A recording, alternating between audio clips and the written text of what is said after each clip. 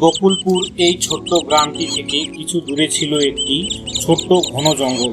এই জঙ্গলে বাস করে হাতি, হরিণ, শেয়াল সহ বিভিন্ন প্রজাতির প্রাণী। সকলের মতোই সেই জঙ্গলে বসবাস করে টুনি ও তার পরিবার। একদিন সকালে, আহ, কি সুন্দর সকাল! আমাদের ছোট্ট বাসাটাও কেমন সুন্দর লাগছে। হ্যাঁ, আজ সকালে আমি ডিম পেড়েছি, খুব সাবধানে রাখতে হবে।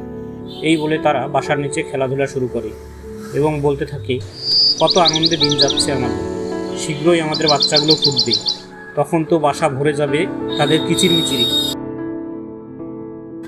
পরের দিন সকালে তারা খাদ্য সংগ্রহ করতে বন থেকে অনেক দূরে চলে যায়।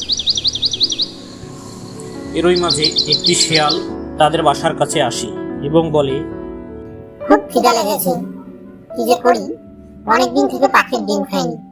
আরে ওই তো টুনির বাসায় ডিম দেখা যাচ্ছে, যাই ডিমগুলো খেয়ে নিই।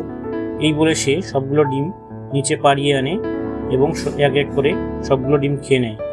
পেটটা ভরে গেল, তাড়াতাড়ি এখান থেকে কেটে পড়ি, নয়তো টুনি চলে আসবে।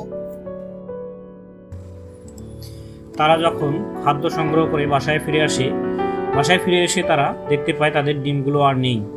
তখন বলে, আরে আমাদের ডিমগুলো কি হলো?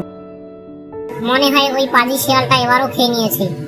চলো মহারাজের কাছে যাই, এই পাজি শিয়ালের একটা ব্যবস্থা করতে হবে, মহারাজের কাছে নালিশ দিতে হবে।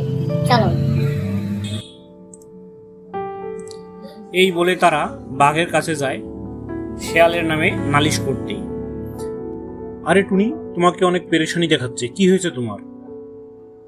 মহারাজ, আমরা যখন এই ডিম পারি, পাজি শিয়ালটা প্রতিবারই আমাদের ডিম খেয়ে নেয়, এবারেও আমাদের ডিম খেয়ে নিয়েছে। এই পাজি শিয়ালের এত সাহস, আমার জঙ্গলে বাস করে আর আমাদের পশুদের ডিস্টার্ব করে, চলো তো দেখি তার একটা ব্যবস্থা করতে হবে। এবং শিয়ালের দেখা পেয়ে যায়। বাঘ বলে, এই পাজি শিয়াল, তুই ডিম খেয়েছিস কেন? আমার ভুল হয়েছে মহারাজ, আমাকে ক্ষমা করে দিন। কি, তোর মতো অপরাধীর কোনো ক্ষমা নেই, তুই আজকেই এই জঙ্গল ছেড়ে চলে যাবি, নয়তো আমার হাতে মারা পড়বি। এই বলে বাঘ ও টুনি চলে যায় এবং শিয়ালও কান্না করতে করতে বন ছেড়ে চলে যায়। বন্ধুরা, কখনো অন্যের ক্ষতি করা উচিত নয়, অন্যের ক্ষতি করলে নিজেরও অনেক বড় ক্ষতি হয়ে যায়।